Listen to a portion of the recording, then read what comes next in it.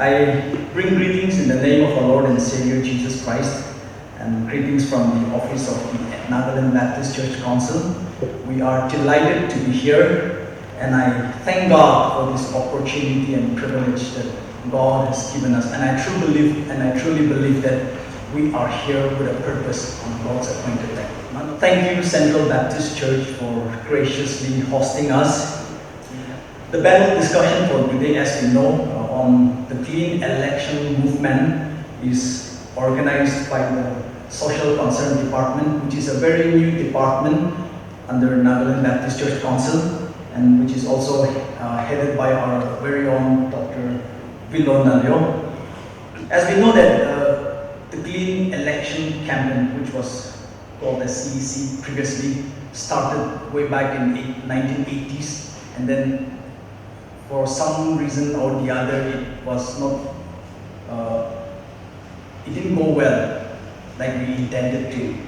And about 4 decades later, which is probably about 35 to 40 years later, in 2012, we picked it up, and then since then, it gained momentum, and that's how we proceed today.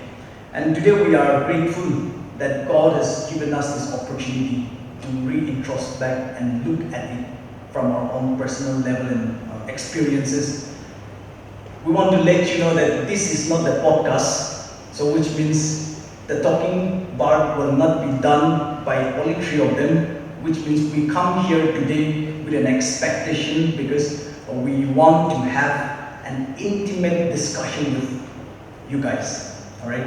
So we expect questions from you, and we look forward to have a fruitful discussion together. So, as our youth pastor has already shared earlier, I would like to once again request you that if you have anything in mind, kindly prepare the question. After the discussion is done, you will be given time, or if you are not able to stand and raise the question, you can write it in a small piece of paper which will be circulated to you and pass it through the stewards.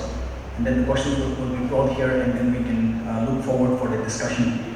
Today we are grateful that we have 3 special panelists in our midst. They were already introduced earlier also. But Dr. Villo Naleo, he is currently serving as the Social Concern Secretary of NBCC, and he is also the convener for Clean Election Movement. Earlier it was called the CEC, Clean Election Campaign. Now we call it as CEM, which is Clean Election Movement. And we want to name it as People's Movement, all right? And we'll be sharing some of the concern on vision and mission of CEM. And the second person that we have in our midst is Reverend Vezopa Rhakho, who is also the pastor of Chakhesang Baptist Church, Kohima. And he will be mostly speaking on his experiences and indulgement on CEM. Thirdly, we have Mr. Chakhesang. He is a counselor at Rhakho Baptist Church, Kohima, and he will be sharing on the topic of responsible living in the midst of political chaos. Here's what we are going to do. Each speaker will be given 10 minutes each, and then after their sharing, we can go for the discussion and then Q&A session. So I request you to kindly prepare your question and then be prepared. We are blessed once again to have 3 very resourceful individuals in our midst, and they will mostly talk about why and how we are about to follow CEM. So to begin with, I will now give the time to Dr. Villo for his sharing. Hello, good evening everyone. I want to thank the leadership of the Central Baptist Church for giving us this opportunity to use this church as the platform to discuss on a very pertinent issue in our context today. This topic is not a new thing.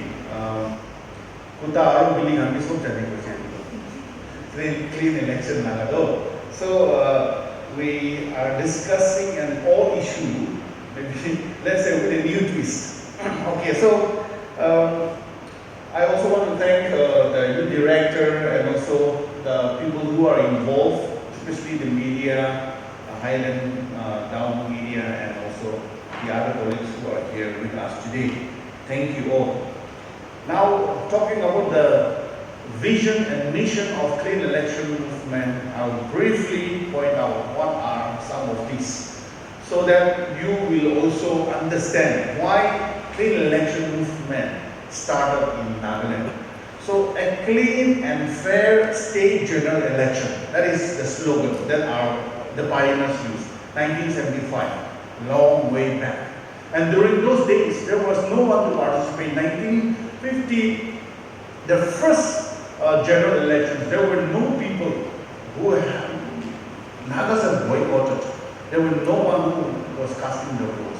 So initially, people, the government officials who were employees of the government of India, the state government, they used to come shouting to people, vote for 1 rupee, vote for 1 rupiah. Ini ka wedding campaign aye ko rati de bahar de, calling people to come and vote so that they will get 1 rupee. And 1 rupee is a big thing those days. Now, when this call was made a fair state general election, there were lots of things going behind, and so the church leaders came together. They took a step to address what is really going wrong. There were bottles, there were bullets, there were using money to dissuade, they were using money to attract people. And so this is initially the first. Now, the electionary system, if we look at Nagaland electionary system, it is still reeking under the influence of money, violence, proxy voting, etc., etc. You can say, you can add on. So now the question is, a Christian-dominated state like Nagaland, practicing one of the most corrupted forms of election, is sacrilegious to Christian ethos and principles. That is what one stands. Now we say, and then we talk about elections. Money becomes the only factor for winning in elections in Nagaland today. And so it is a shame. It is a shame that we Christians have to talk about clean election when in election in itself is not bad. We do elections in the colleges, we do elections in schools, we do elections everywhere. But we don't practice like the general elections. We don't use money, we don't use muscle powers, we don't use proxy votings. So it is a shame that, so it is also a shame that non-Christians, especially the securities, being deployed from the central government, the central police reserve force, battalions and battalions are being deployed to guide Christians to adhere to the principles of election. It's a shame. So it is because we have misused the exercise of our fundamental rights, democracy, which is voting. The government is doing this. So what is clean election? Why see here? As I told you, it was a spiritual issue, and it is also a spiritual issue right now. But more than the spiritual issue, today it has become a social responsibility of the church. And the church must engage in these malpractices, especially we have to address, not engage in the malpractices, but then address the issues of election maladies that are spoiling, that are in the forms of proxy voting, in the forms of bribing, in the forms of various corruption forms that people are using. So this is, and it is the church responsibility to be the salt and the light of this world. Matthew 5:13-16 says, then it is not an emotional reaction. The clean election movement is not an emotional reaction to any kind of movement for that matter. It is not an emotional reaction towards the Naga national movement. It is not against the Naga national movement. We are also not championing Indian electioneering system. We are not championing people. We are not calling on people to come and vote for a particular individual. But we are saying, if you come and vote, and if you voted for the right person. Do it consciously, without being bribed, without being influenced by any power. Because election is one man's decision, one person's decision. It's our own decision whom we should vote for. We call it secret ballot, right? And so I think that is the motive behind. Now, it's clean election movement is also a social action, not only a social service. So we must differentiate between social action and social service. Social action is addressing the structures of corruption, addressing the structures of injustice, addressing the structures of whatever is causing division between the poor and the rich.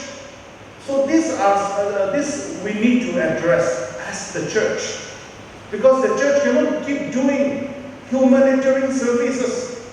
The church cannot keep going, giving human relief. When there is disparity between the poor and the rich, the church cannot always side with the poor and give out to the poor. We have to address the root cause, and that is one. Now, why clean election movement? It's the biggest challenge and problem confronting us today. And without addressing this, we can't shape our future without addressing this particular issue. Now we talk about it's not only the politicians whom we elect. Now we are also addressing that the Nagaland state legislative members. They are not only they should not be considered as the most corrupted people. If we are aware about what is happening with the CTM and NNQF, if we are aware with what is happening with the IO, Hungary Youth Organization drive, about the transport department, all these are also the handiworks of the bureaucrats. So it is not just election. That is also the ministers, the legislative representatives who are practicing corruption. I don't mean to say that all of them are corrupted, but even in the bureaucracy level, there is corruption. And so one thing we need to really see is that the church need to take this as a social responsibility. We don't need to be there standing out with placards immediately. But then if we are not consciously aware of all these happenings, our future is being challenged. Our future is being hijacked by certain people in the society. Why we also need to talk about clean election? Why should we involve? Because we all pay tax to the government, whether you like it or not, whether you are aware or not. When you travel by bus, when you travel to any place, you pay tax, you pay the fare in the vehicle, for the vehicle. Now in that you are paying tax to the government, because the government is also having the state GST in the petroleum. Because if we break up the way the central government, the CGST and then the state SGST, it's more than 60 rupees they are cutting from 1 liter of petrol. So directly we are paying tax to the government, and that is why we need to be responsible, and it is our responsibility to take on those people who are using our tax as their resources. And so that is one reason. Now if we look at the church and politics, generally both the institutes brings change from different perspectives. The spiritual change, transformation comes from the church, but the church can not only be, the church work can not only be confined to the four walls of the church. It needs to go out with open hands, embracing each other, embracing others. And if we look at politics, if you elect good politicians, right politicians, they will bring change in the constituency, they will bring development, a holistic development. And so that is one reason why we also need to talk about clean election, or we need to engage. Now according according to data-based research, this is 2018. According to 2018, students and women were the most proxy voters, okay, back then in 2018. Now, I don't know who were the most proxy voters, but still, maybe the same. Young people, some of you will be the first time voters, and that is why we really need to be aware of what are our voting rights. And so this is, proxy voting is wrong, and it is undemocratic. It is ethically and democratically wrong. In whatever way you do, in whatever way you try to explain proxy voting. So this is wrong. Now, when we talk about Nagaland Legislative Assembly, it is represented by Christian legislators. There are 60 Legislative Assembly representatives or legislators, and they are all Christians. And if Nagaland government, or if Nagaland is the worst performing state, that it also reflects upon our Christian testimony by these representatives who are also there, representing us, representing our churches, representing our constituency. And so we also need to, and it is there even for the Baptist churches, because we Baptists talk about majority in Nagaland. And so there's something definitely wrong with our politicians who we are sending or electing as our representatives. So very quickly, why it is not progressing? One reason, there is no quick fix here. Now the clean election movement just started, like Echu also said, 2008, 2003, 2008, 2000, all these are 11, 12, and then following 18. All this they have done so well. They have done much better than what we are doing now.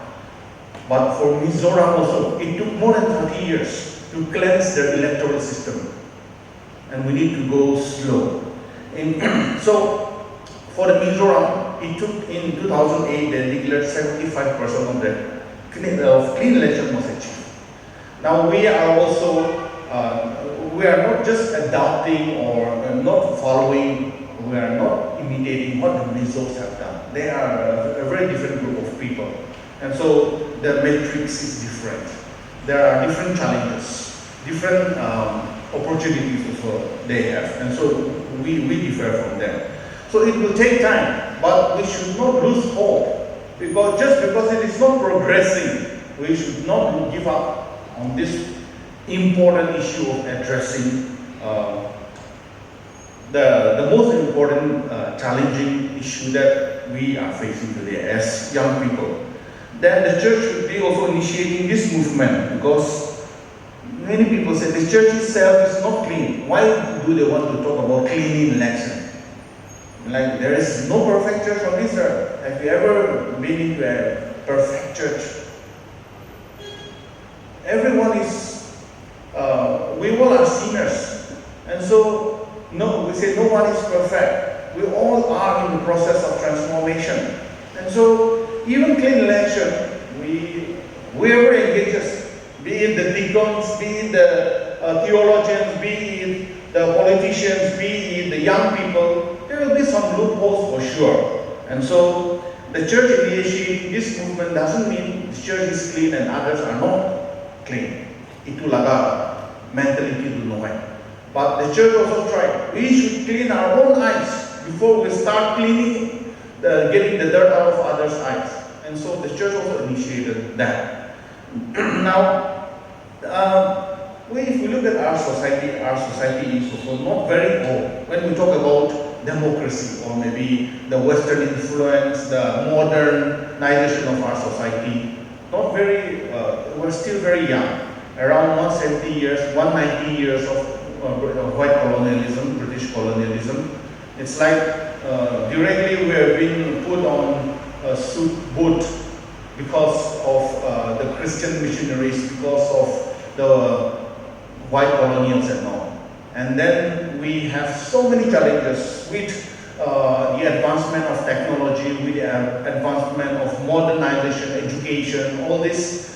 We are this far, and I feel like we Nagas, our society is in a matrix, struggling to decide what is good and what is bad. Now, when we talk about Nagas and politics, we are very interested in Nagas. It's in our veins. But the problem is that we are unable to correct the wrong steps that we have taken in the elections. And so I think today we really need to address this issue. Now money is also another factor. Why it is not progressing? There are some positive observations also. We talk about clean election movement making positive impact. In the Morong Express poll, the impact of CM in reducing negative practices in election that was taken. It says 62% said yes, 24% said no, 14% said others. It's just a Morong Express poll.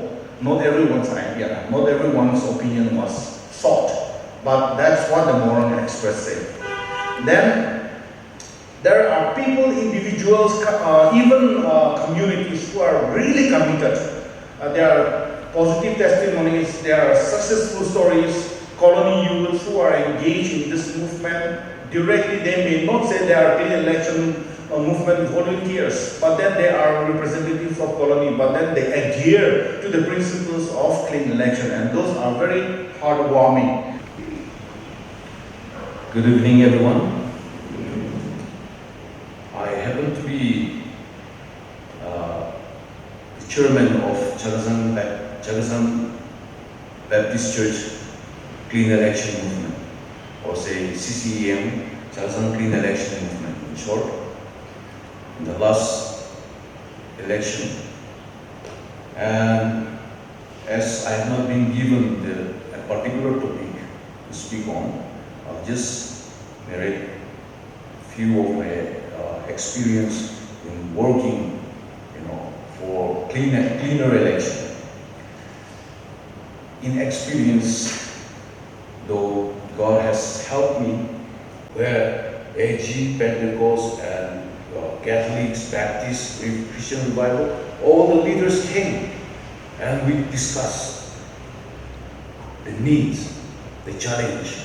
We put it before them, and we prayed it over. But to our surprise, there were some leaders, denominational leaders, who were not responsive at all, who were not concerned at all, thinking that this is not church responsibility. This is not spiritual. So I feel sad that they have misunderstood the concept of clean election.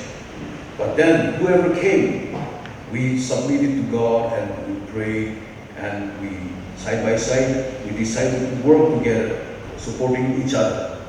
And the next, we had a consultative meeting with the district administration, DC, ADC, SDO Civil, ESCs, and police, and all the concerned members, and we apprised them of our activities, the clean election movement, so that they are aware of our movement and also our activities. So that way, we toured to different district headquarters, different towns in our districts, and then we appeal to the people, we educate the people why we need to accept the clean election movement, the concept of the clean election movement, and why we need to vote rightly.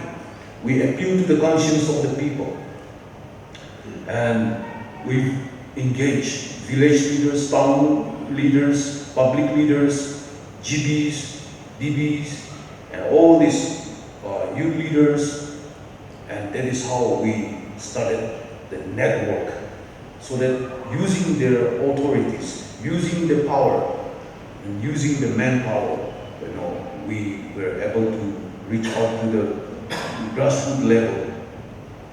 And again, in this age, 21st century, without media power, it is impossible to reach out to the masses.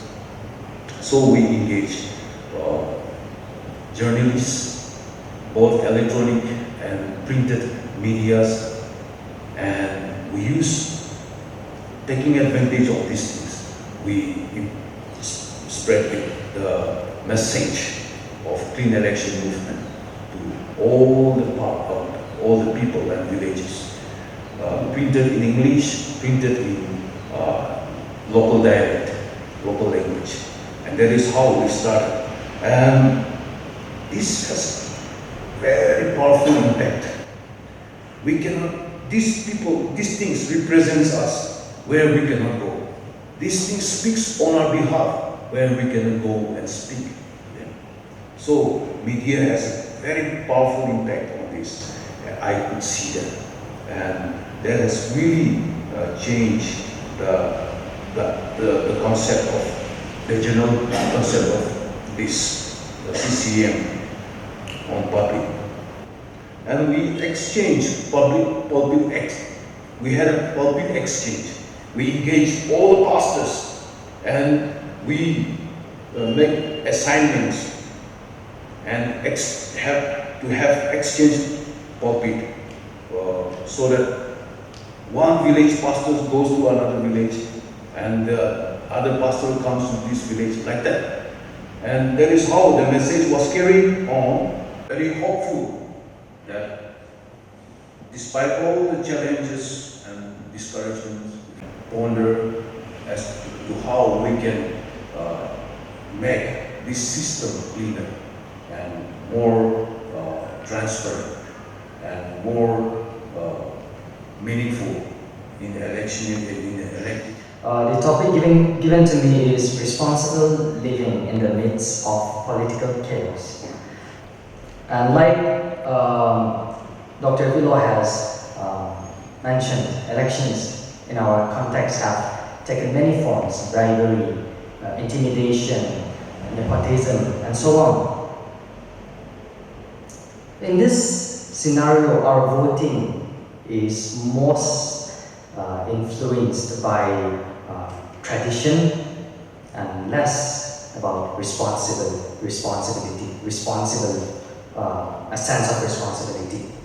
So it's more about tradition and less about responsibility, because our votes are dictated by clan loyalty. Who is our village voting for? Who is my parents voting for, or my elders voting for? Family pressure, village leaders' decisions, helping, the culture of help. Not just helping, but helping someone to receive a favor later. So using very politically appropriate, avoid of being excluded from the community if I choose something differently, if I choose a different candidate. So our election is very challenging. Not simply challenging, but very dangerous to practice responsible living, to lead a responsible life, to put moral courage first, to put spiritual discernment above other things. Responsible individual, a lot of things is put at stake. We put so many things at stake. We risk so many things of being shamed, of being humiliated in the political scenario. Like my co-panelists have rightly mentioned about election in our context as a spiritual issue. So politics, elections are not just democratic process, but it's also as much spiritual exercise as it is a political exercise, because it's a situation in a way. Election is a situation where our character, our faith, our values are tested. So in that sense, it shows who we truly are, who we really are. Our spiritual state. like I said earlier, if you have any questions, you can kindly stand up, and then we will probably circulate the mic. Then you can raise from your wherever you are seated. You can just stand and then raise your question. Or if not, I believe we have also circulated the paper to you, so you can kindly write down the questions and then pass it through the stewards. In the meantime, as our friends prepare for the discussion, to begin with our discussion, I have a few questions for all of you. Maybe three of you can. The whole election process, or the whole issues of election process in Nagaland as a spiritual issue. It is a spiritual issue because when someone is threatening someone, or if someone is misrepresenting someone, it's almost like an identity theft. Because, see, if we have to dig on further, there are people using the name of the people who are already dead. Their relatives did not delete the names in the euro. But then, I don't know how do they get this also. But a known person is auctioning for the dead people's vote. I'm not going to tell where it happened, but I know from I know exactly where it happened. So these are spiritual issues. Like they are not even scared of such practices. Just one example. The other spiritual issue, why this spiritual issue could be, because selling our birthright is a direct violation of what the Bible also says, right? So I think we are selling our birthright, the inherent birthright which God has given. There is no other person like you, but you are unique. But then you are also trying to sell your uniqueness to something which is very temporary. And I think those are some of the things that comes in my mind as a spiritual issue. And I think that's enough. If you want to also share, because you are a pastor, this spiritual problem will Tell my pastor. differ from mine. Yes. Supplement to what you have said, it is this practice and the system itself is a direct threat to our belief and the biblical principle. Taking bribery or accepting any kind of corruption itself is against our belief. So people who ever accept these things identifies themselves or compromise this system. It shows the spirituality that they are not firm in their understanding, biblical understanding. They are not firm in their faith. They don't practice humility. So it is the outcome of individual spiritual life, the faith that they have. Thank you for the very short and precise response. In all of your discussion, you have emphasized again on the excessive expenditure, which is, in other words, the monetary involvement or the money part that is in play, especially when it comes to the election process. So, according to the article published by the Indian Express, which was on March 10, 2014, and also one of the articles released by the Election Commission of India, it says a candidate can legally spend about rupees 95 lakhs for Lok Sabha constituency election and rupees 40 lakhs for the Assembly constituency. And I'm not sure, but I don't know. There may be no official records that confirms this claim, but it is a known fact that in Nagaland, at least, maybe not all, but at least the vast majority of the candidates have spent higher than the limited amount.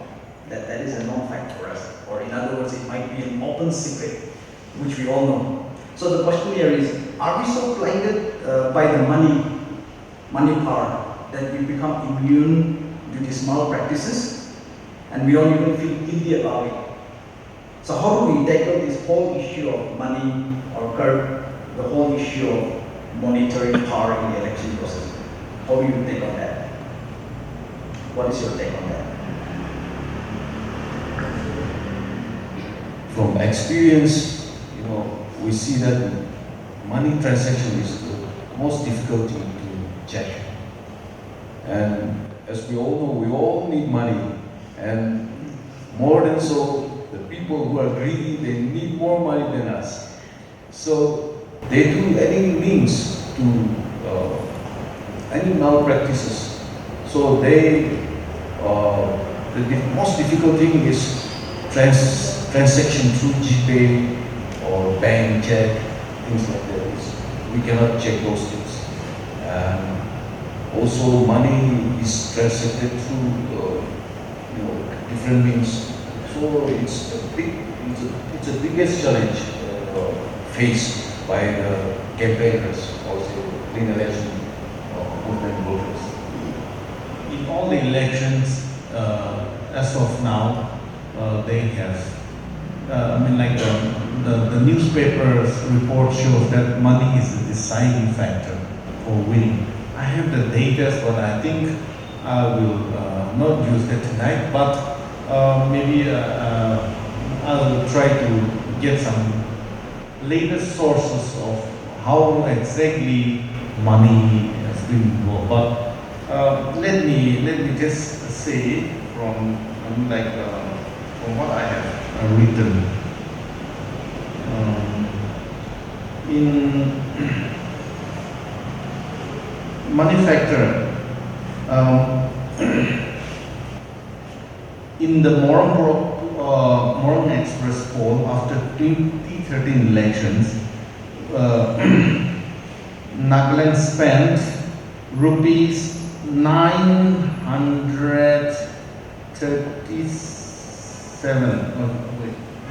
crores.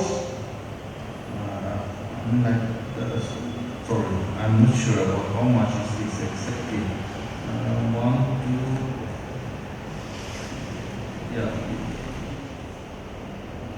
More than 90 crores. More than 90 crores. CR. And then in 23 elections again, okay, this is not about money, but this is about the money as a deciding factor as a whole. And so the opinion is 67% said yes, 7% said no, 26% said others. When the question was money the deciding factor in deciding who wins the election in Nagaland. And so 67% said yes. So the poll goes like that. Then I think the use of money, when it comes to the use of money, checking is one thing, but it is people who also donate. So the culture of giving is another thing. So we just accept it like that. I don't know, in some candidates, for some candidates, they do not even ask money, but then it's the crowd who is funding for the candidate. But there are very less candidates like that, very less experiences.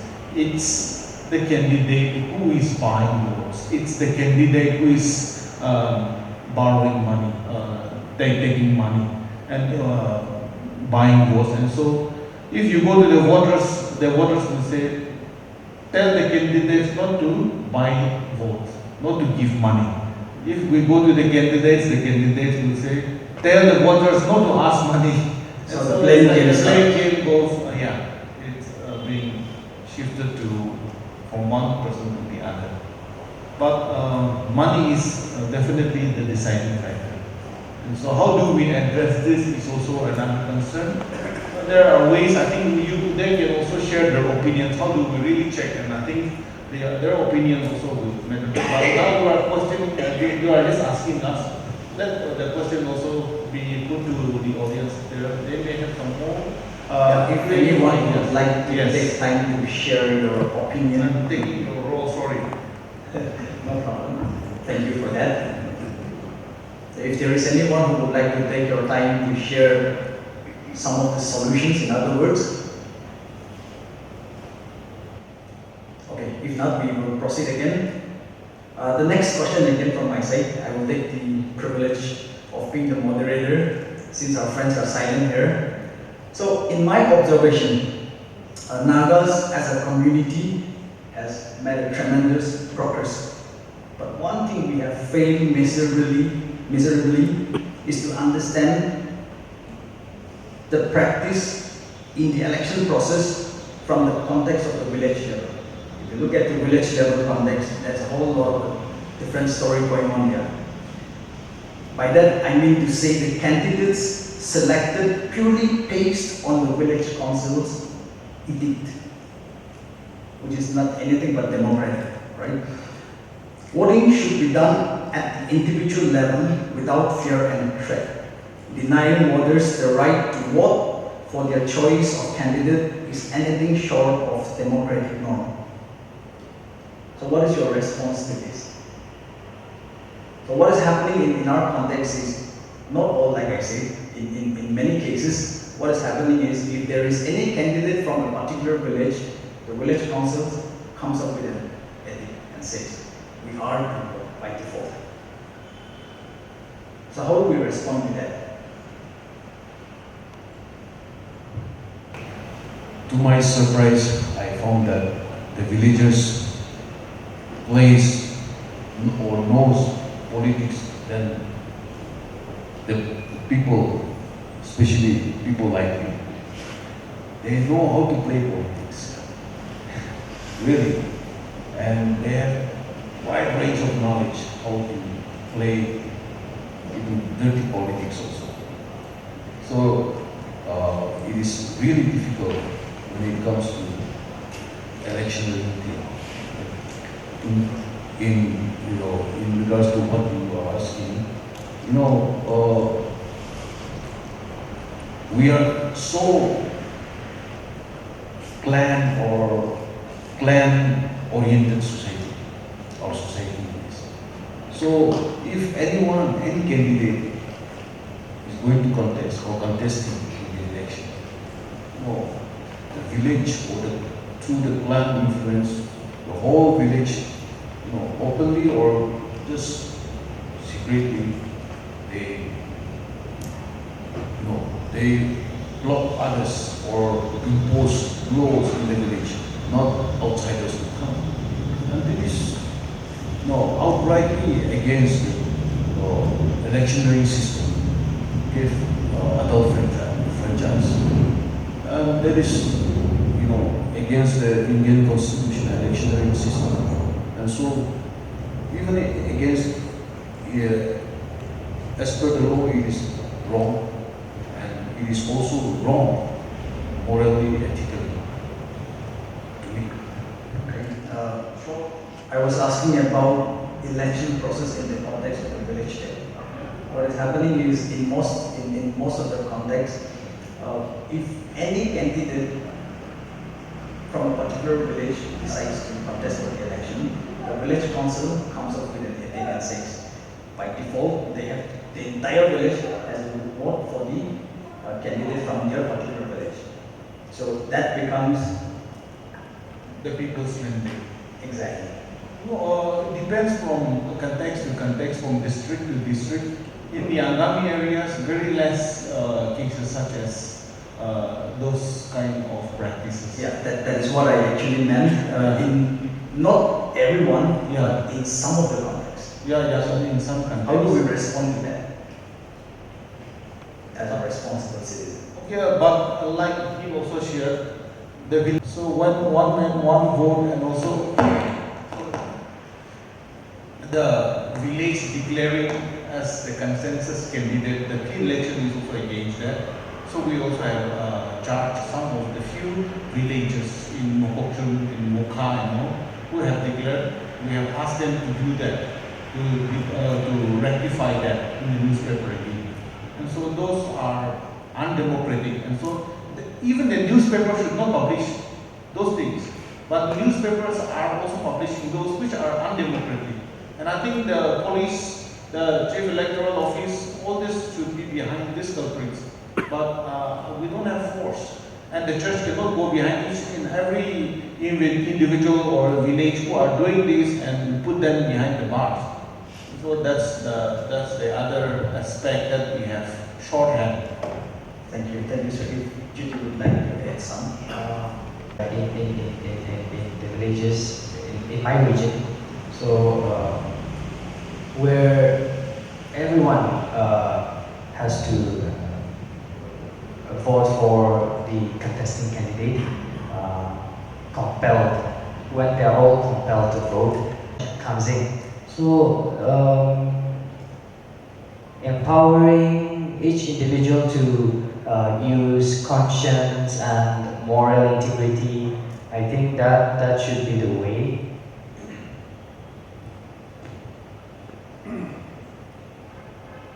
The other times, the villagers or the khel or the colony organizers or the leaders will not allow people even to vote. There are cases like that. But the BLOs and all these presiding officers, they have an understanding. And so in order to have a clean or maybe a very good report of what has happened in that polling station, they do that. Otherwise, there are lots of dirty things that are being practiced underhand, underneath, under the desk. But it's a mutual understanding on corruption actually. And so the presiding officers and the government representatives who are being stationed there should actually be the one who should act.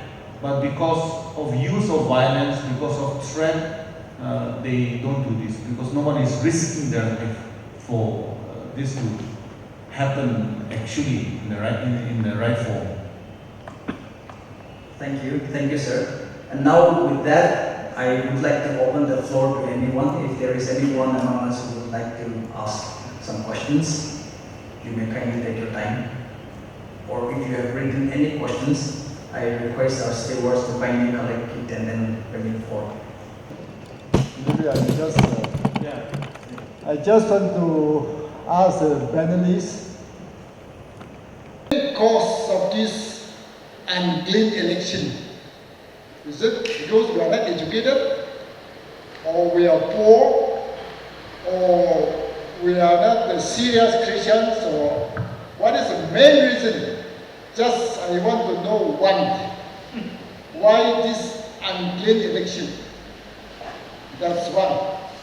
Another one is, what is the best means to Nagas for this clean election? Is it education? Is it preaching just in the platform? Or publishing the media? What is the best means to convince the Nagas, the educated Nagas, for this clean election? These two. Responding to the first question, why are we failing miserably in in election? There are many factors in my observation and in my study. There are many factors, but dominantly I attribute the problem to the separation between secular and state, secular and sacred. So, church and state. So, in the secular realm, people's act of corruption are justified. In fact, the term secular is also used, I don't know, more like an euphemism to justify act of corruptions. So by default, people attribute, associate corruption to secularism, and that's the end of the conversation. But whereas when it comes to church, sacred, then things take a very long it goes on, it stretches.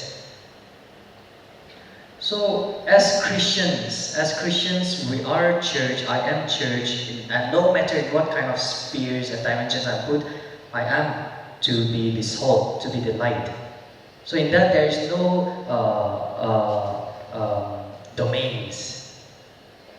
There is this sacred outlook, and in the domains we are to practice sacred way of living that aligns with God's will.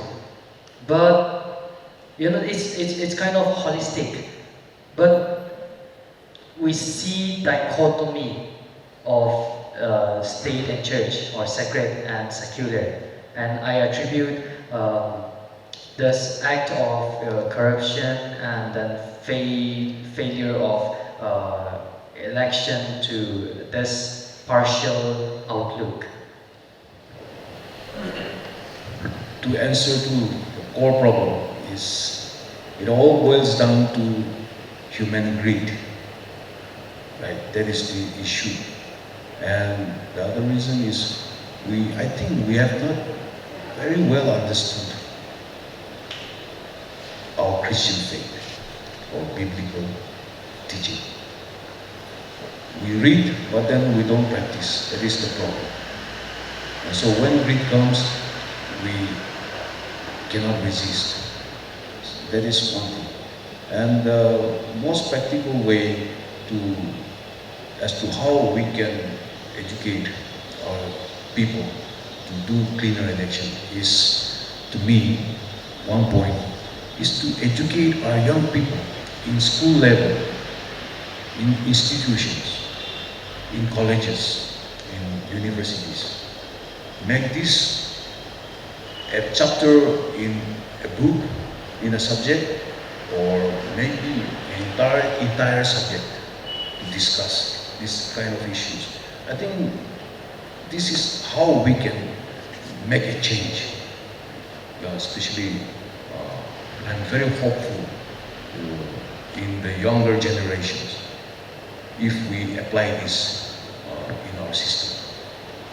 I also would like to agree with Reverend Vezopa saying that human greed is one. But the other aspect, if we look at the rural population of Nagaland, it is 70% of Nagaland is still under rural population or rural dominated. And so in the rural areas, agriculture plays an important aspect. And if we look at our GDP, it is also the agricultural products that is contributing 70% in the GDP. And our GDP is very less, by the way. It's one of the worst. That's why we are always termed as the worst performing state. And if we look at the GDP, we are always using, we are always in debt. We are using extra from the government, the central government. And so, if we look at that, there is also economic disparity. People who want money, people who are asking for money are genuinely asking because there are lots of things that happens when election comes. They'll promise a lot of things, but then very Nagaland elections are like not so much about manifestos, not so much about party decorations and all this, but it's all about money, whoever pays more. And it's like a bargaining, it's like negotiating. The villagers, whoever the party, the first candidate goes to give money, and then the next candidate will go, how much did they give?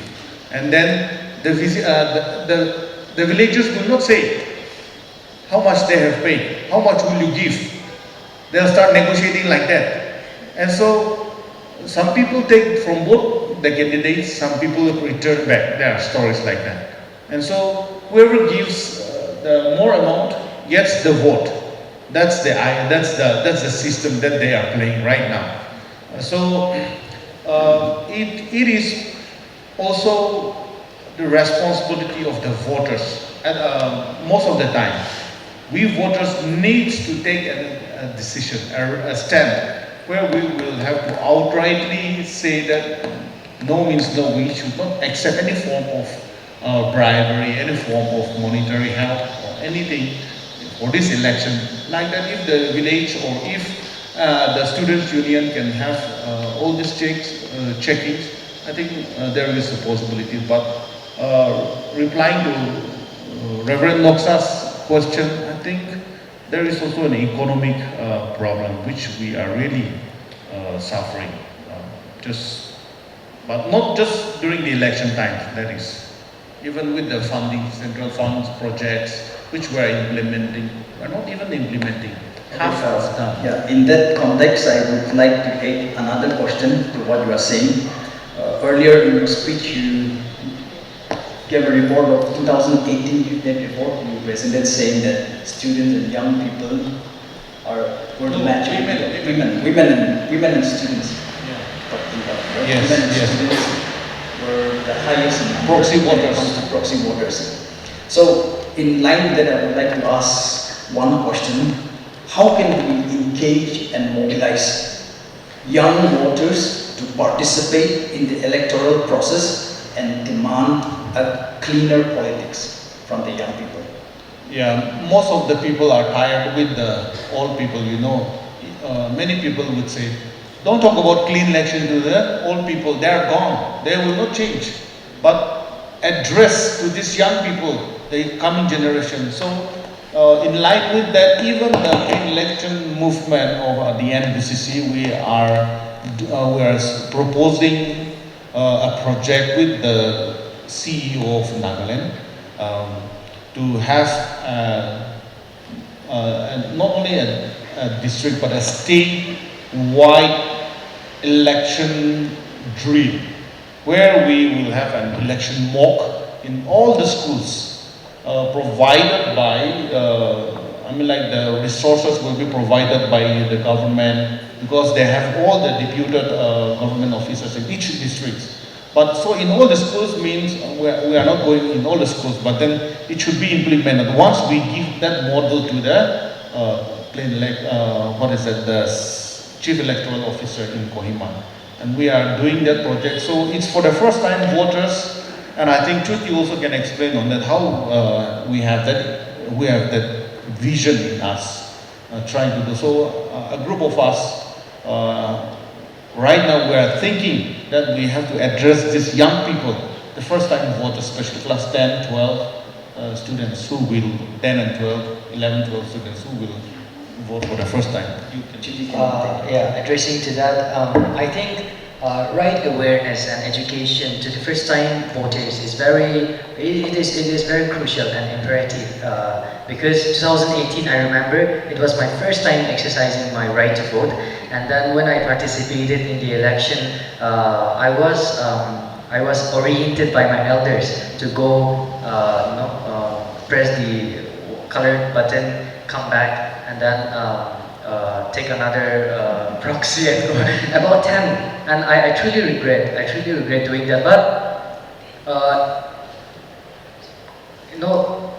that time I thought I was being responsible.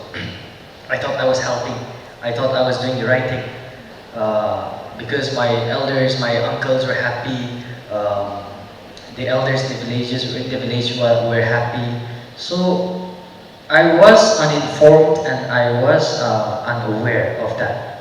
So I think it's very essential we start with awareness, and then this voting simulation is about awareness.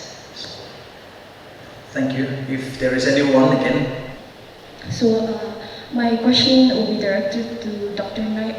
Villo, but the other panelists are also free to answer. You've mentioned in your reflections that one of the things that this movement is doing is that it would be beyond just mere protesting.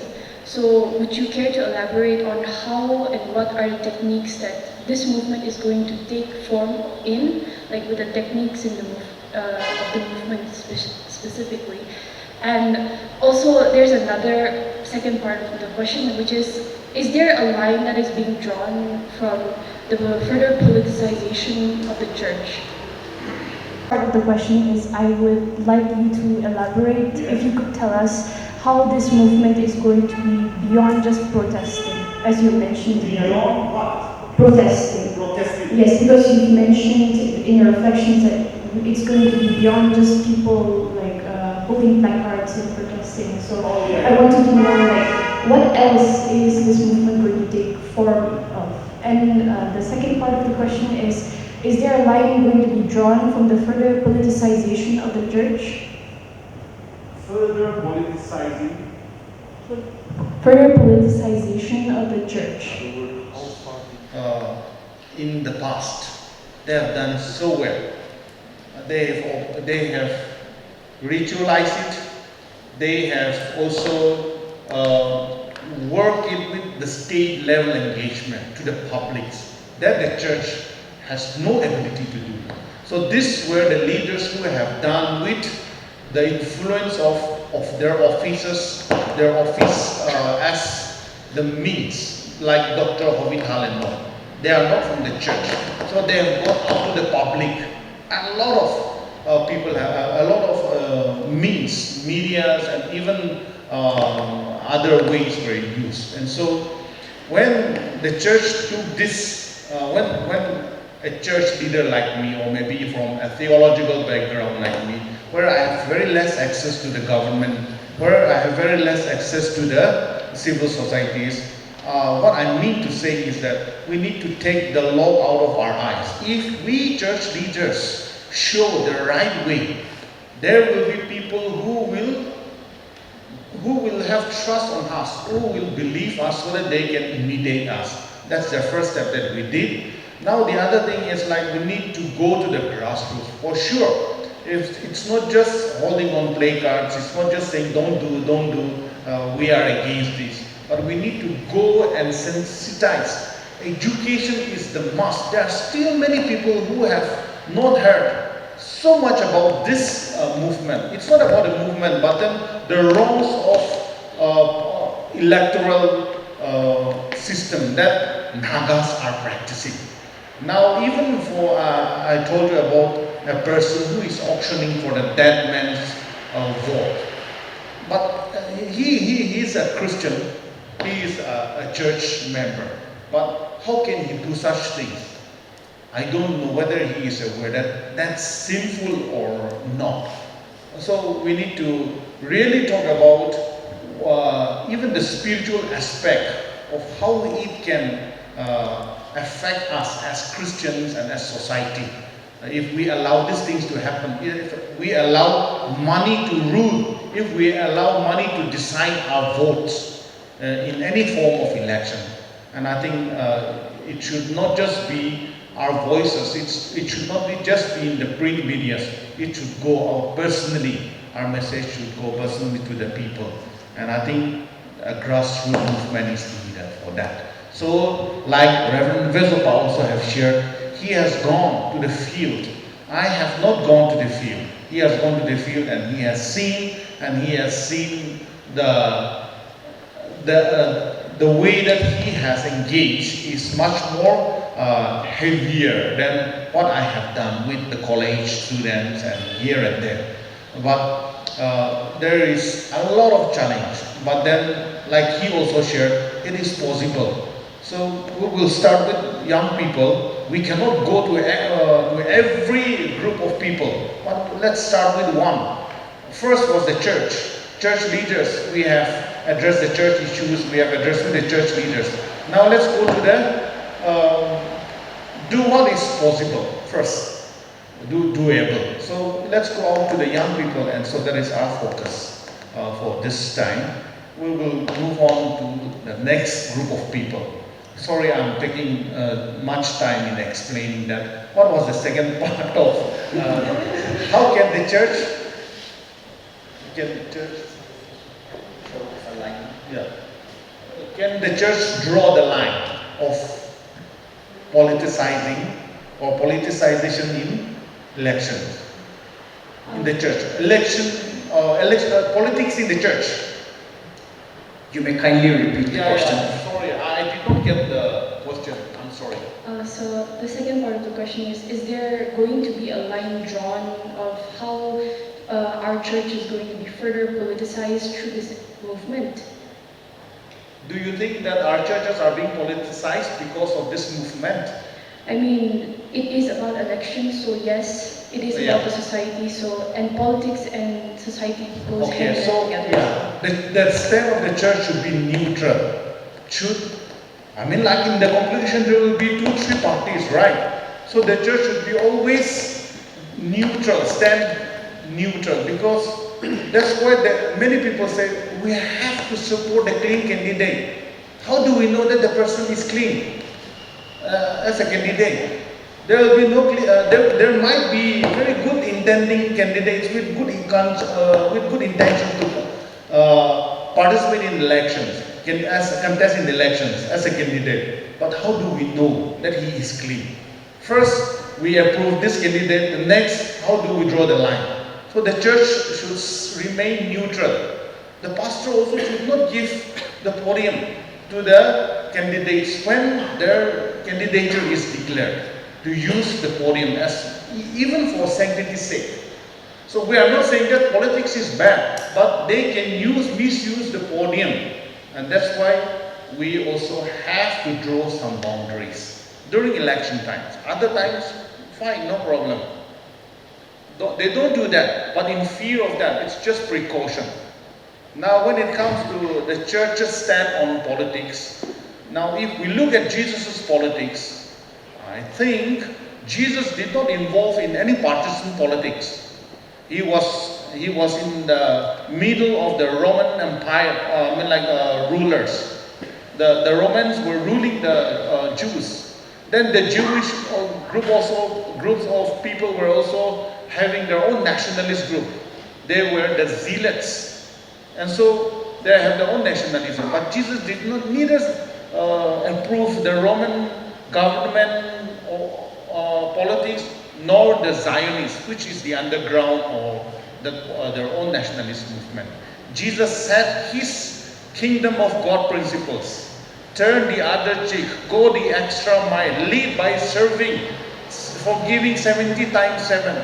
He was clear about his kingdom principles. And for Christians, these kingdom principles are the gems of living the kingdom of God here on this earth. Your will be done, thy kingdom come, thy will be done on earth as it is in heaven. That's what we pray. And that's how it should transform. The kingdom of God principles should be practiced in our individual life, in our local churches. But we have failed to do that. And I think many times it's because the church do not really implement that. The church did not take a stand to fight against what has happened in the past. People take advantage of the church's soft voice. Can I say something? In the first place, clean election is not protesting, but it is appealing to the conscience of the people. That is it. Otherwise, we're not protesting for anything. So, many people have a wrong conception about clean election, thinking that we are involving in politics. But no, we are not involving. We are just appealing to the people to do clean election. Vote consciously, vote it rightly.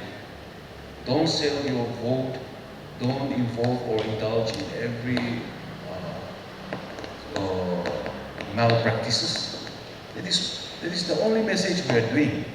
Okay? So church, if we say, if any clean election campaigner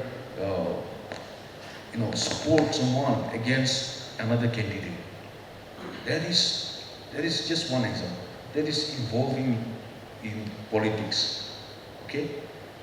Campaigning for someone against another one is wrong. But clean election is neutral. in regard to politics. We are not saying anything. Vote for that person, vote against that. No. But we are, as I say, vote clean, vote right, use your voting right correctly. That is what we are saying. Yeah, and I think in the church itself, we will have different political parties. Involving in politics is not sinful. You may be in any political group. We need to actively and consciously involve in politics. But do not let money be the deciding factor in choosing the political party that you are voting for.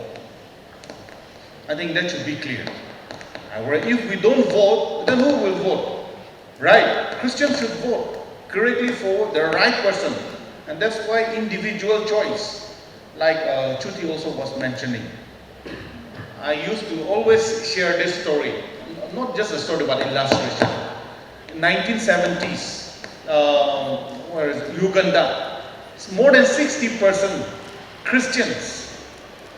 They were not interested in active politics. Then, when the Prime Minister was away from the country, this Idi Amin, the Muslim dictator, made a military coup. And then the more than 60% of Christians who were not interested in politics have voted for. I mean, like he used his political influence and means from the other Muslim countries, and that's how he started his campaign of the reign of terror. If you look at the internet, you will find how exactly it has happened, and that's why Christians need to actively involve in politics. But we should not dissuade others persuade others with the wrong motive, with the wrong means or ways of doing that. Thank you for that. We will take 2 more questions before we close. So please take the last opportunity and privilege. If there is anyone. Okay, we have a brother there. Good evening, sir. My question is for Dr. Villo. Yeah. So my question will be based on socio-economic side impacts on clean election, which is poverty. Poverty? Yes.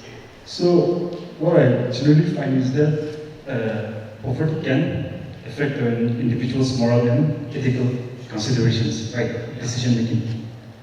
And for instance, like a person will prioritize survival and basic needs over moral and ethical considerations, right? For instance. So in Nagaland, 71% of population resides in rural areas. And in rural areas, we have higher rate of poverty, right? So how can NBCC or any other charges in Nagaland address the impact of poverty on clean election? I hope you're getting practical steps. Of course, that is it. And second one is to promote clean election. Election Commission of India has already initiated the Model Code of Conduct way back, right, in 1951. So now, but even though Model Code of Conduct comes, candidates they violate it, right, and Government of India or state government, they fail to punish the violators, the candidates who violate the Model Code of Conduct. So can NBCC as a church find a way, or since you're promoting clean election, can you find a way where you can punish the violators? That's my question, Let me answer to your second question.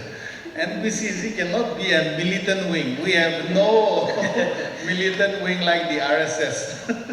And so there is no way that we can punish. But I think everyone can use an app called E-Vigil, not C, E-Vigil. And we can report any misconduct or anything that is undemocratic. in any constituency, in any event. So there is an app, you can do it personally, because every one of us use mobile these days. It's the state, it's the paramilitary forces or the police who will do, the government who should take the sword of justice, because it has been rendered to them. The power is in them. Romans 13 says that they have the power of the sword. We have the power of the Spirit, the church. Now, the other thing is, the first question is, that's why we need to start encouraging agriculture, because our grandparents were all agrarians, but today many of us, because of this BPL rice, we're abandoning our terrace cultivation, right? Yeah, we are becoming very lazy, and so we need to go back to our roots, going back to agriculture. It doesn't mean that everyone should start practicing, go back as farmers like our old grandparents, but we need to engage. Because more than 70% of agricultural products are boosting our economy.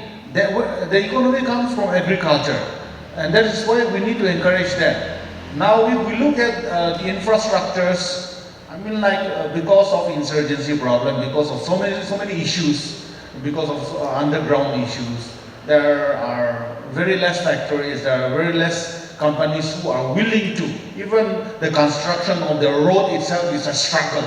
When they want to push in machineries, they have to build roads, and they can't do that, and they are finding difficulties in doing that. So we all need to go back, encourage agriculture, and that is true. And I think even from a nationalist point of view, I'm a very nationalist person, so from a nationalist point of view, we need to go back, because our identity is our land. If you go to your villages, if you don't have land, you are someone not really counted by the village, right? So if you have your land, you will have to be responsible for cultivating that land. And so with that, I'm also challenging myself. So that's my opinion. So we can be very precise in our answer.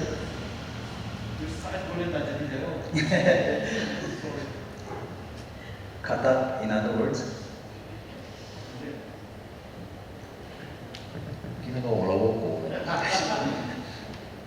But you have put the church in a very difficult situation.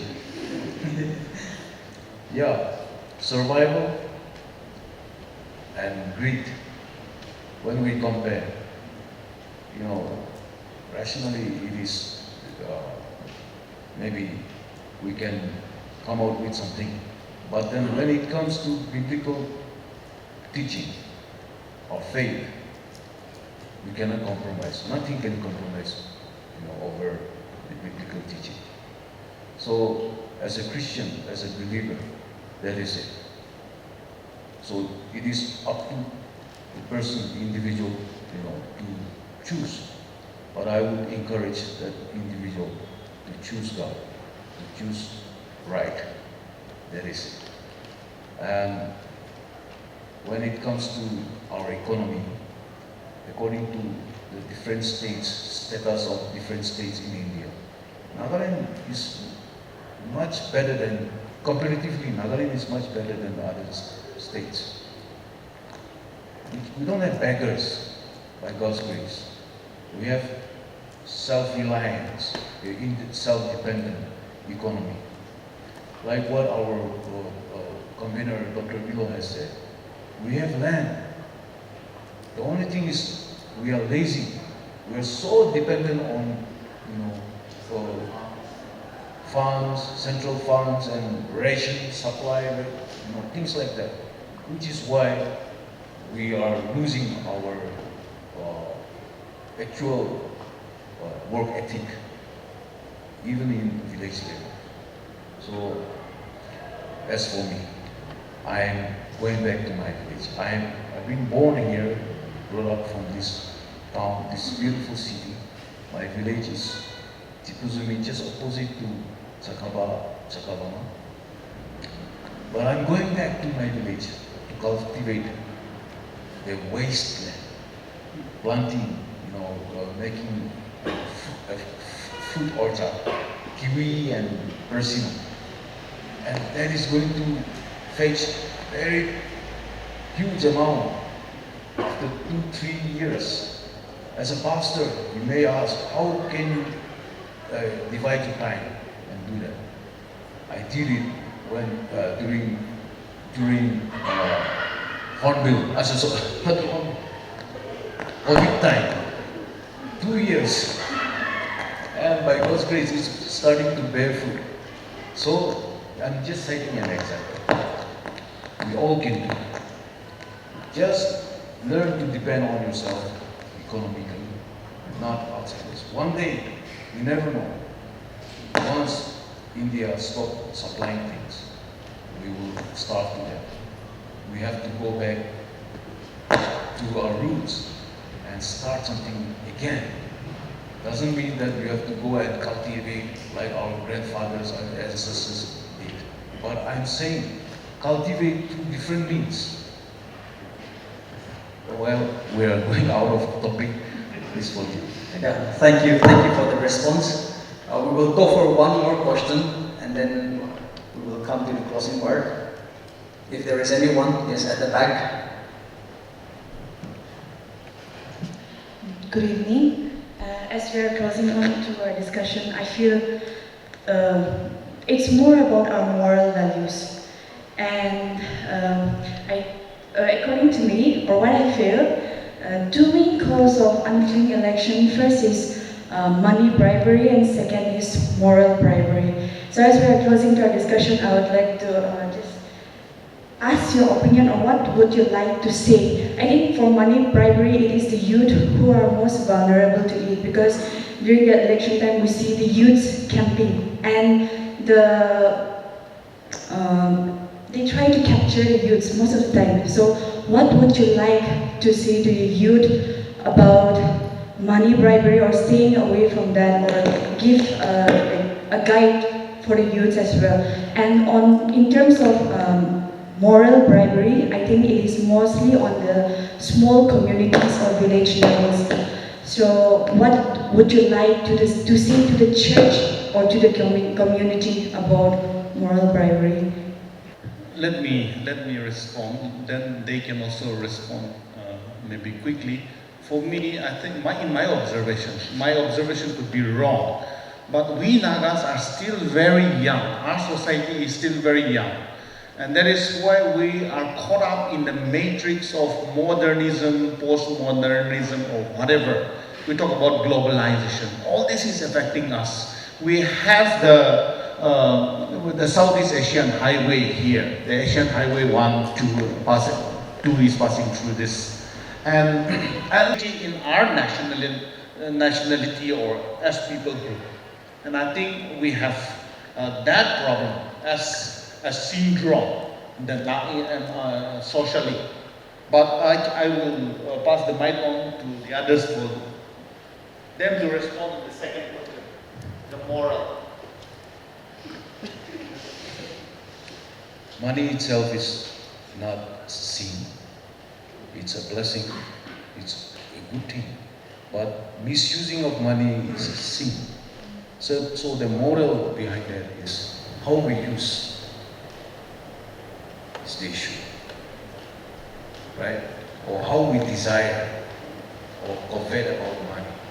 I think that is the moral issue. So I don't know whether it's clear to you. That is. Okay, thank you for the response again. We will have 2 minutes each of the concluding remark, but before that, like I said earlier, as a moderator, I want to take the advantage of being a moderator again. I have a question. So, one last question, and then we will close.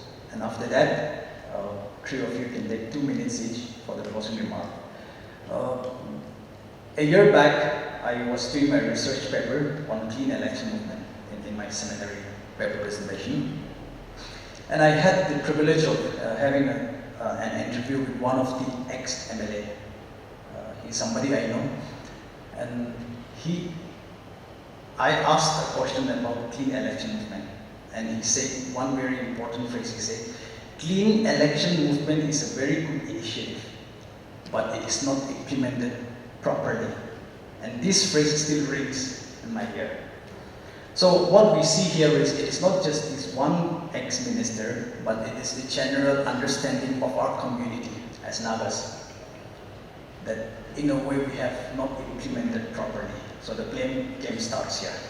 So that is one thing. And on the other hand, the 2023 election that we had just recently, I was also doing some research, like I said, and then I have come through some readings. I have learned that there was a little bit of an improvement in some areas. So that was seen. So what I'm trying to say is, here is an unending debate of how progressive it is as a clean election movement, how successful or fruitful it is. So the question here is, how do you measure the success of the clean election movement? How do we measure it? Or what indicators, or what are the parameters which we use to track the progress of CEM, clean election movement?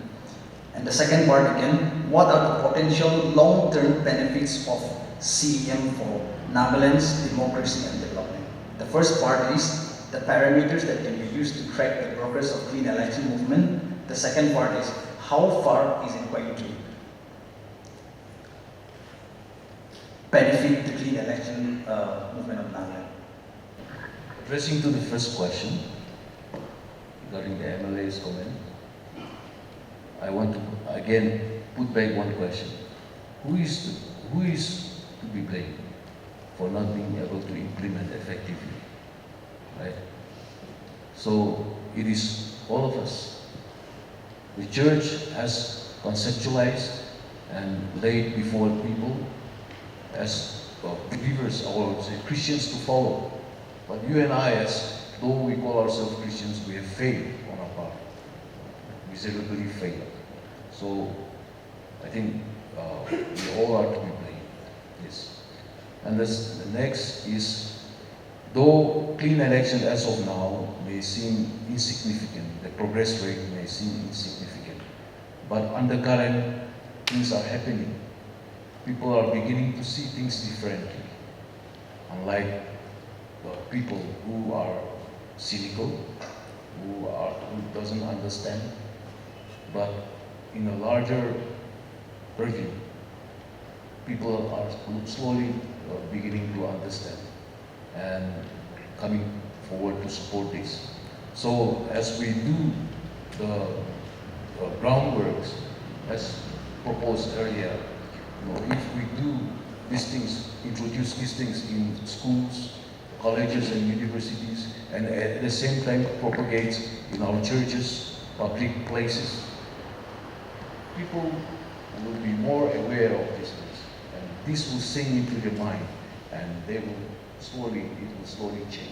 That is what I strongly believe. Clean election movement can measure its success when community like this come together to deliberate on talks like this, to engage in discussions and dialogues. When there is raised consciousness of the political scenario, about the electoral process, the candidates, when there's active participation, I think that's something we can use to measure the success rate. Yeah, I think not like any other, like we cannot compare this movement with any other movement, like we use database based to compare the success or to test the success, but we want it to be successful, why not? But it will take time. This is one most challenging social issue that everybody says it is good, it is, go ahead, it is good, but nobody wants to be part of that. And so even for maybe even funding, we have very less funding. The NBCC provides me. we do not get any money from any ministers or any government source funds. So that is also one challenge. If we have funds, we can organize programs, we can organize events, but another one problem is funding. The other thing is like clean election question. So many people jani. Kaum do nak kore na itu he. Jani ada so jani. Kudia bhi boleh jani. Palwara. Halebi practice kore he problem do. Because we are appealing to people to adhere to the model code of conduct provided by the government of India. It is just doing that. There are lots of things that we can keep discussing, but I really appreciate the questions that has come across to us regarding the moral guidance or moral question that you have asked for the young people. In this world where there are lots of issues challenging us. If you have money, you have power. If you have money, you have everything. And that kind of American dream is being dreamed by everyone, where you can live your life in luxury. But I think we should not put ourselves so much into the Epicurean ideology of what pleasure brings into our lives. It's not pleasure. Yes, we also need some sort of comfort on this earth, but with struggle, with hard labor, we become someone who is respectable in the society. That doesn't mean that I do not condemn people, those who live in luxury. If they have, go ahead. If they have the means, let them enjoy. But for us, we don't need to copy that kind of, we don't need to have that copy culture, adapting from the media, trying to have all the luxurious things in our lives. We cannot define pleasantness. We cannot define our life with luxury. That's not the measure of defining our life. Luxury is not. So, thank you. Yeah, thank you once again. Now you may take 2 minutes each for the concluding remark, then we will close the session. I don't have any concluding remarks for what I have shared because I did not share even half of what I have here. But how can we transform elections in Nagaland? First is, election is just a political exercise. Don't think that election is the time to get money. Itu nababibi. It's the right to vote to every citizen above the age of 18 years who have reached 18. It's a fundamental right. So let's take it just an exercise of adult franchise. Don't think it's a time to get money, it's a festival of democracy. So that is one thing that I have. Nagaland is a unique state with its total population, more than 90% Christians. So in a context where majority are Christians, Christians must actively participate in politics, in good politics, where you will, when you vote for the person, he will represent you, your voice, your desire, your aspirations in the central government or wherever they are. Itu babibi, when you vote for someone. We also have Article 371A as a provision, and I think more studies should be done on that. Article 371A, young people, you have the resources, you have time, you have the opportunity, so we must expand this. The MLS in the assembly does not know how to expand this as a provision, but young people must explore this. Now, when it comes to BLOs, you will be the BLO one day. I will be a BLO another day. When it is appointed, do your job honestly, sincerely. If you want to retain the names, you retain it. If it is constitutional, and if you think that it is right to strike off the names of the person who is not there, who has died, who has expired, with the consent of the family members, do it. And that's the way that we can have cleaner electoral rolls. Right now, we have the electoral roll even surpassing the adult census. And so even the whole of the census in some villages and in some districts, there could be. And so that's the evil thing that we have in our land. We must be wise enough to evaluate as we talk about voting, whether you evaluate the advantage and disadvantage of voting.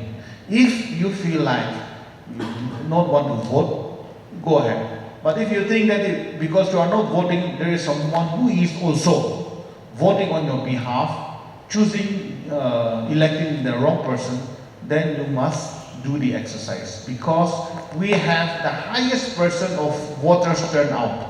UP, the highest politically sought state, 61.03%, 2023 then 2022 elections then. UP, 61.03%. But in Nagaland, we have crossed 80, always 70, 80 in. So that shows we are very active in politics, but there are also people who are voting on our behalf, who are not voting. So we must evaluate that. Thank you. In a democratic setup, majority is right, majority has the power. But in Christian perspective, majority is not always right. We have to stand for the truth. Even though we may be alone, we have to fight against the current for the truth. So let us envision our land, a God-fearing, a blessed land.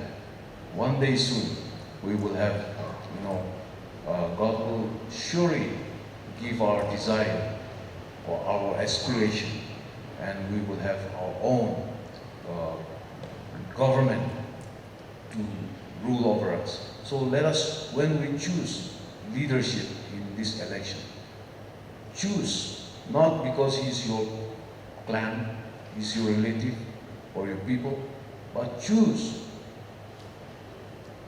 that he will help you, not just because of that, but he is a God-fearing person. Choose him because he has a vision for our people, and he will continue to serve our people, a willing heart for our people. That is it. Thank you. As part of my concluding remarks, I want to emphasize on who we are as Christians. So faith, our Christian faith is not a one-day affair. It's not a Sunday affair or church affair. It's pervasive. It has to be. It has to govern our whole understanding. It has to be lived out in all the structures, every structure, and then in all the domains. So in that, it's very important to always be rooted in the Word, not lose our conscience, not lose our morality, not just choose the right and good decision every time, but as Paul tells the Christians, the believers in Philippians, to do the best thing, to choose the best thing, to discern the best thing. The best thing may be inconvenient when you go against your family, when you go against your culture, your community, in trying to participate free and fair election. It may create problem, but setting boundaries in such structures. So it's all about doing the best thing, not just the good thing or the right thing, because good and right thing may be convenient to us sometimes. So it's about putting accountability at the top priority, and then sidelining convenience if we need to. So thank you. Thank you so much to all the panelists Shall we all give them a round of applause once again? Thank you.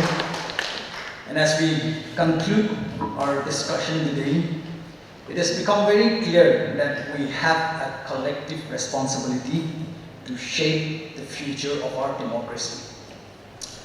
The discussions we have had today highlights the need for continued effort to promote transparency, accountability, and inclusivity in our electoral process.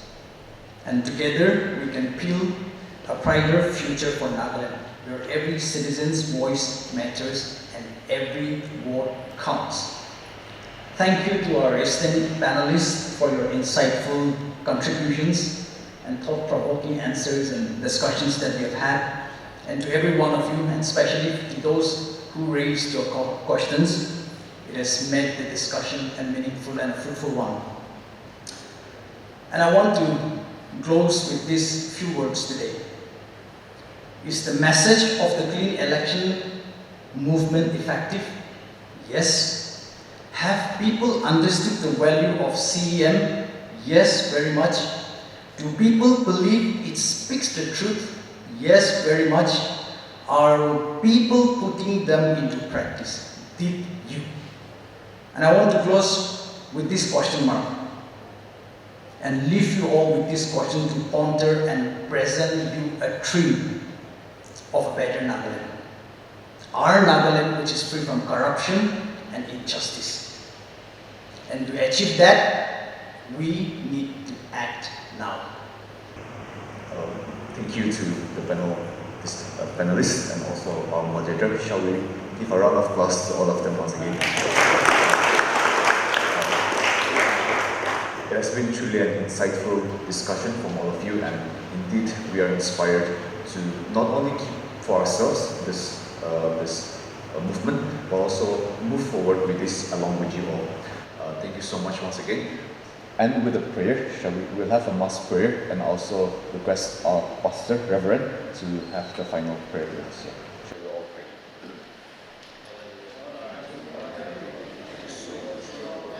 May you bless upon it. May this be blessing and health and nourishment to our body. Bless them much in return. For we receive with thanksgiving in Jesus' name. Amen.